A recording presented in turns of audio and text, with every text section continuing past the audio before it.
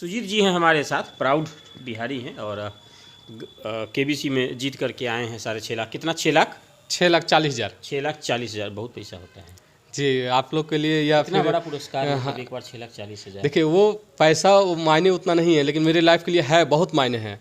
लेकिन वहाँ तक पहुँच जाकर उस अमाउंट को अचीव करना, वो मेरे लाइफ का सबसे बड़ा अचीवमेंट कह सकते हैं। एक बच्चा को जब 2 रुपया 5 रुपया बचपन में मिलता होगा तो बड़ा खुश हो जाता होगा टॉफी खाने के लिए, उसके हाथ में 6,40,000 वाला चेक संभाल पा रहे थे। हाँ, उस टाइम कह तो रहे हैं कि इतने अमाउंट देख करके ही शायद आगे 12,50,000 को क्वेश्चंस को थोड़ा सा जानते हुए हम आगे नहीं बढ़ पाए। कारण यही था कि उतनी बड़ी अमाउंट देख करके और थोड़ा सा लगा कि अगर कहीं अमाउंट चला जाएगा गलत होने के बाद क्वेश्चन, एक्साइटमेंट और प्रेशर फील करने हाँ, लगे प्रेशर फील, तो ये सब चीज़ों को डिसीजन लेकर मैंने क्यूट किया था।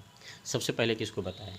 सबसे पहले हम अपने फ़ोन किए अपने फैमिली को, क्योंकि मेरे साथ तो वाइफ कंपेनियन में गई हुई थी, तो हम अपने दीदी को फ़ोन किए और फ़ोन करने के बाद बतलाएं। दीदी ने अपनी श्रीमती जी सामने से देख रही थी? हाँ, मैं मेरे पीछे बैठी थी और पूरा शो देखी है।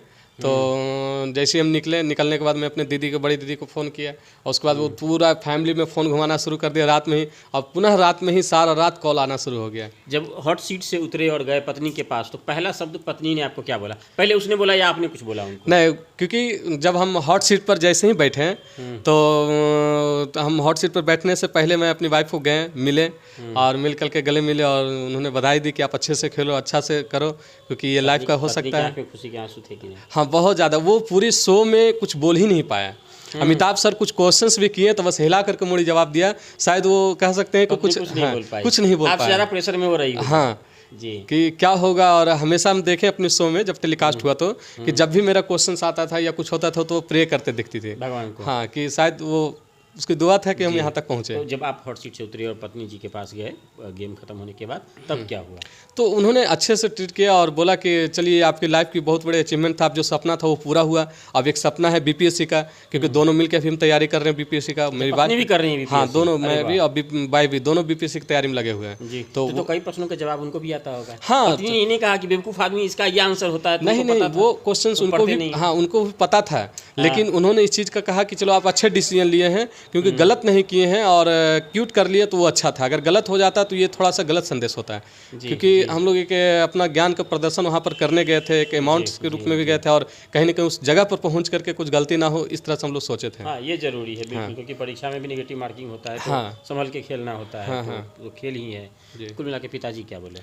पिताजी मेरे लॉकडाउन में ही गुजर चुके थे, क्योंकि लॉकडाउन में मॉर्निंग वॉक में जब निकले थे तो अज्ञात गाड़ी कोई था और निकल गया, टक्कर मार के ऑन स्पॉट डेथ कर गया। तो उस टाइम हम पटने में ही थे, ड्राइवरी का जॉब कर रहे थे। पहला फ़ोन मेरे पिताजी का सड़क से ही आया किसी माध्यम से कि आपके पिताजी का फ़ोन नंबर है। तो हम कहिए हाँ, तो ऐसे ऐसे व्यक्ति यहाँ पड़े हुए हैं। मेरे को तो उस टाइम कह सकते हैं मेरी लाइफ का सूर्यास्त हो गया था।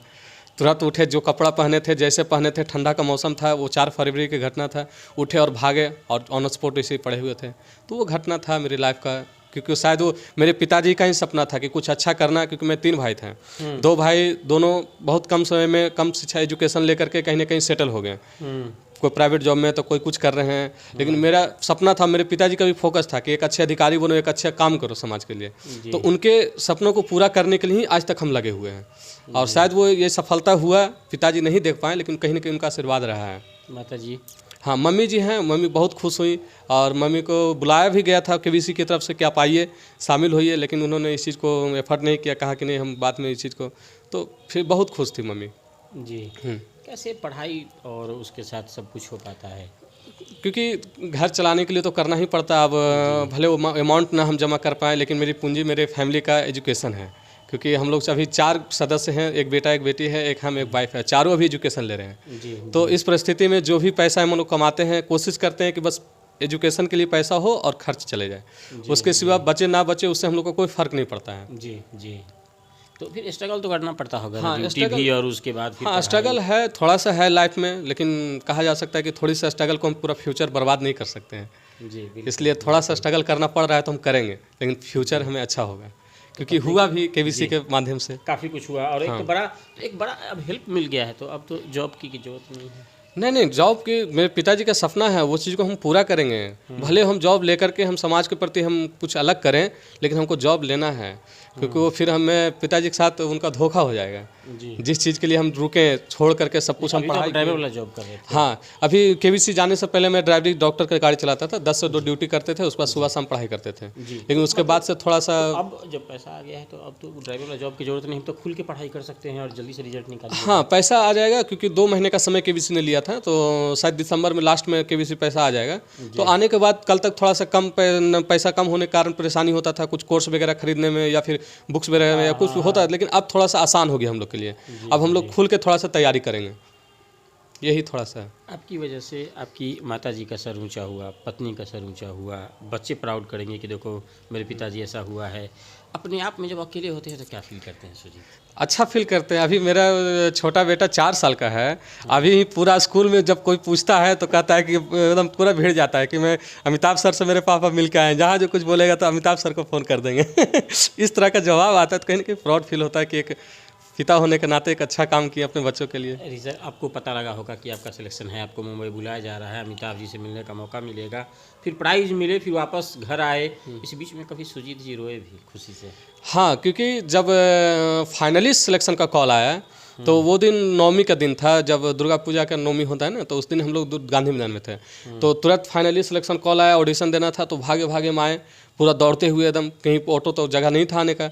हमने आए, तुरंत ऑडिशन दिए, और तो ऑडिशन के तुरंत कुछ देर के बाद जब फाइनली आ गया मेल और कॉल कि आपका फाइनली सिलेक्शन हो चुका है फास्टर फिंगर प्रश्न के लिए, तो शायद मैं उस दिन बैठ करके 2-3 घंटे काफ़ी आंसू बहाया कि कहीं ना कहीं ये चीज़ देखने के लिए जो हम जा रहे हैं, जिस चीज़ के लिए जा रहे हैं, वो मेरे पिताजी होते तो काश हम बहुत खुश होते।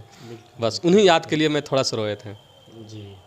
तो अब सब लोग तो बड़े खुश होंगे घर में। हाँ, पूरे फैमिली खुश हैं और उम्मीद किए हुए हैं कि जिस तरह से हम वहाँ हुए हैं, सफलता प्राप्त किए, उसी तरह से एक अच्छे अधिकारी के रूप में हम सफल हों। जी। तो कुल मिलाकर के सुजीत जी, एक बिहारी सौ पे भारी, और एक बिहार के लोग जाकर के वहाँ कुछ बड़ा झंडा गाड़ के आए हैं, और ड्राइवर का जॉब करने के बाद भी बीपीएससी की तैयारी करते हैं, और उसके बावजूद भी केबीसी जैसे कठिन जगह पे पहुँचे हैं और वहाँ से प्राइज़ लेकर के आए हैं। क्या लगता है आपको? सुजीत जी को बधाई दीजिए, कमेंट बॉक्स में ज़रूर इनके बारे में कुछ लिखिएगा। आप देख रहे हैं बिहारी जंक्शन में नीरज कुमार, धन्यवाद।